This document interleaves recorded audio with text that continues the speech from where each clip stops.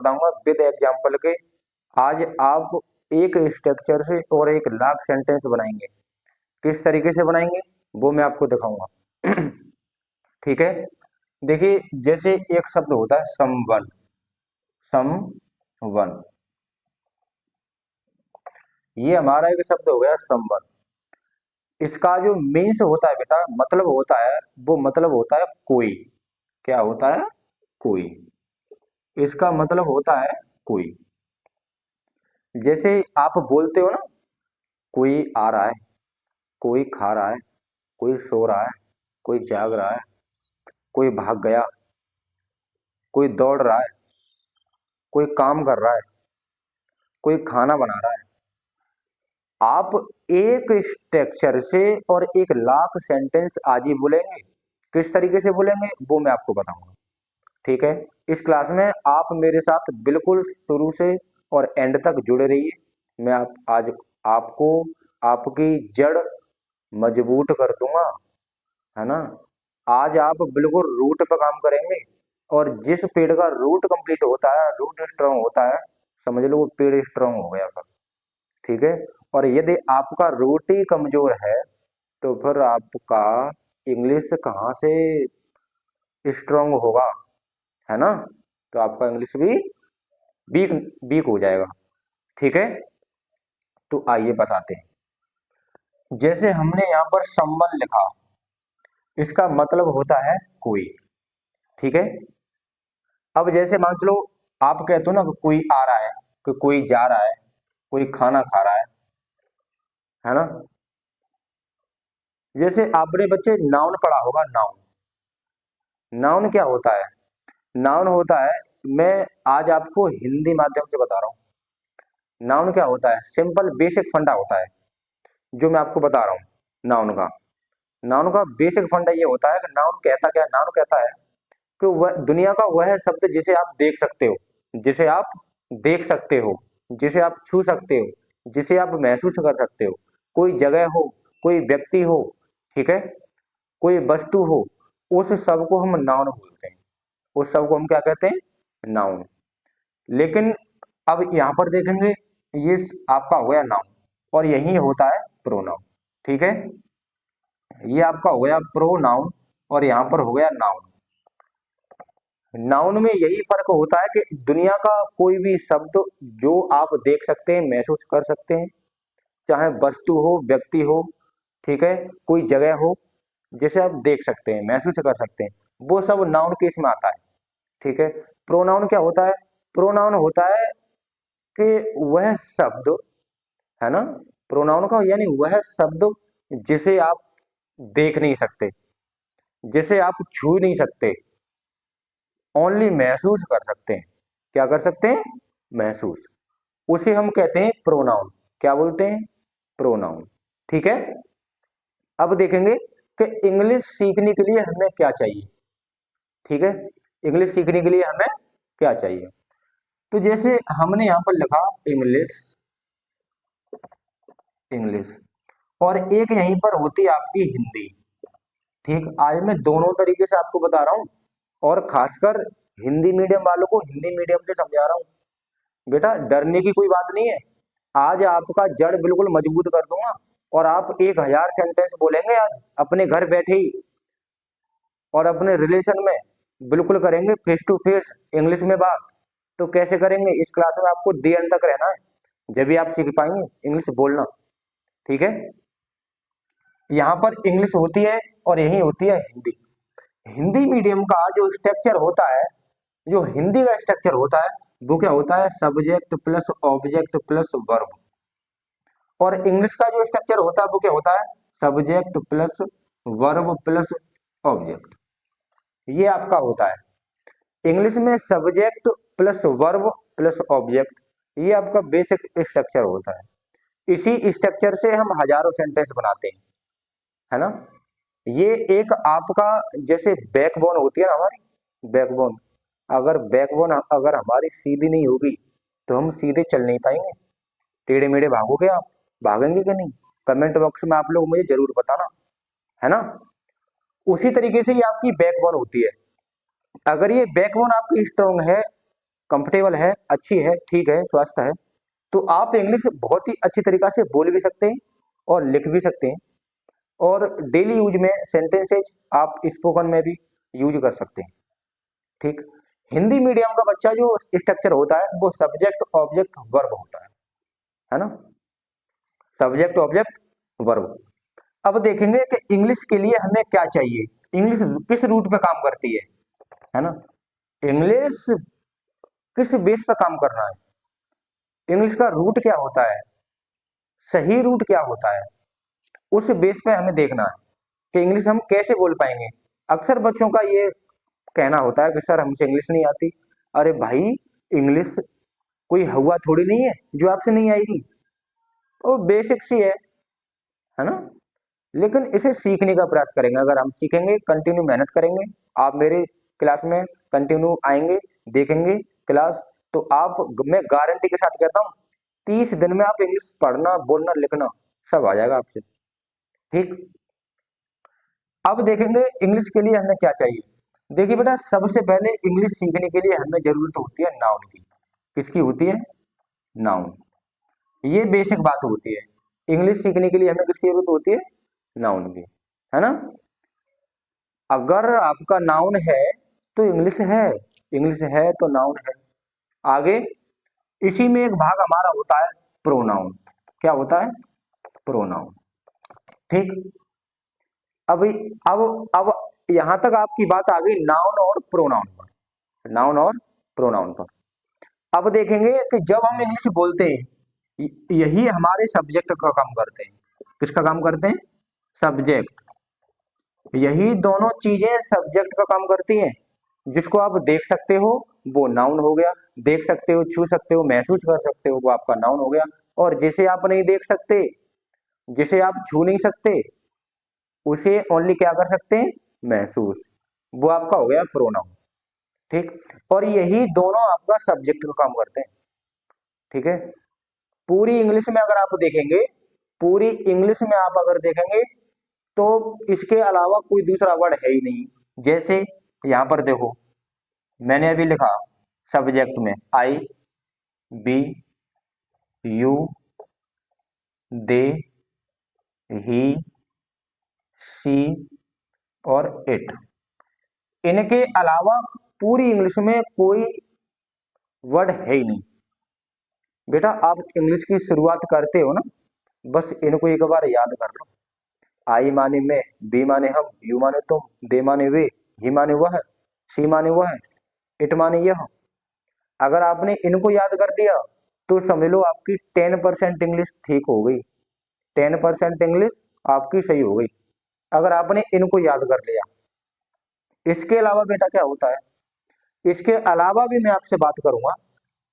इसके अलावा आप कोई भी वर्ब लगा दो, एजेएमआर लगा दो, चाहे आप वाज वर लगा दो, चाहे आप वाज वर लगा दो, ठीक है, चाहे आप हैज हैव लगा दो, हैज हैव लगा दो, ठीक, चाहे आप इसके साथ में कोई सी भी हेल्पिंग वर्ब लगा दो और इधर बना दो अदर वर्ड या ऑब्जेक्ट, तो यही तुम्हारा स्ट्रक्चर कंप्लीट हो गया। ये स्ट्रक्चर आपका क्या हो गया? कंप्लीट। आज मैं इसी की बात कर रहा हूँ, आज मैं आपको इसी बेस पे सिखाऊंगा इंग्लिश बोलना। आज आप अपनी आंखों के सामने बिल्कुल कॉन्फिडेंस के साथ कम से कम 1000 सेंटेंस बोलेंगे, एक ही कॉन्फिडेंस पे और एक ही स्ट्रक्चर से। आप कैसे बोलेंगे वो मैं आपको बताऊंगा, आपको बोलना कैसे है। ठीक। थोड़ा अपने आप पे कॉन्फिडेंस रखना है, थोड़ा अपने आप पर कॉन्फिडेंस रखना है और बेस पर काम करना है ना। आपने कहावत सुनी है, आपने कहावत सुनी होगी है कि ये राहें जहां तक जाएगी राहगीर वहां तक जाएगा, कि ये राहें जहां तक जाएगी राहगीर वहां तक जाएगा, तुम दरिया से ना पूछो ये नीर कहां तक जाएगा। रे खींच धनु की डोर निशाना साधो अपनी मंजिल का, रे खींच धनु की डोर निशाना साधो अपनी मंजिल का। बेटा, ये तो बाद में देखेंगे कि ये तीर कहां तक जाएगा, है ना। तो मेरे प्यारे साथियों, आप सबसे एक ही रिक्वेस्ट है, इस क्लास में आप दी अंत तक बने रहिए। आपको क्लास अच्छी लग रही है तो लाइक कर दो, शेयर कर दो और कमेंट में एक बार जय श्री राम बोल लिख दो। ठीक है, आपको पता है, आपको सबको पता है भारत में सनातन हिंदू यात्रा, पद यात्रा चल रही है ना। तो आज सभी जय श्री राम के नारे लगाएंगे, जय श्री राम। ठीक है, आइए मैं आपको बताता हूँ। अब इसके बाद आपने लगा दिया एजेएमआर लगा दो, बाजवर लगा दो, हैज हैव लगा दो, वगैरह वगैरह करके बहुत सारी हेल्पिंग वर्ब होती है, आप किसी का भी यूज यहाँ पर कर सकते हो। आपका ये स्ट्रक्चर कंप्लीट हो गया, समझ में आ रहा है। अब हम बेसिक बात करते हैं इसकी, संबंध क्या होता है तुम्हारा, है ना। अब हम इस रूट पे बात करेंगे। अब ये मैंने आपको बता दिया, ठीक। अब यहाँ पर आप देखेंगे, जैसे हमने यहाँ पर अभी सब्जेक्ट लिखे आई, बी, यू और दे, ही, सी, इट, एनी नेम, यानी किसी का भी नेम हो, कोई सा भी, ठीक। किसी का भी नेम हो सकता है, जैसे राम, राम हो गया, राधा हो गई, ठीक है। यहाँ पर तुम्हारी गीता हो गई, गीता, गीता का भी नाम ले लो आप, गीता हो गई। इन सब के साथ में आप हेल्प वर्ब लगा दो, आपका स्ट्रक्चर कंप्लीट हो गया, ठीक। अब देखिए संबंध से आप सेंटेंस कैसे बनाएंगे, है ना। जैसे आप बोलते हो ना, कोई भाग रहा है, कोई दौड़ रहा है, ठीक। अब जैसे मैं आपको एक बेसिक बात बता दूं, जैसे हमने एक घर बना दिया, क्या बना दिया, एक घर, इसमें एक व्यक्ति है,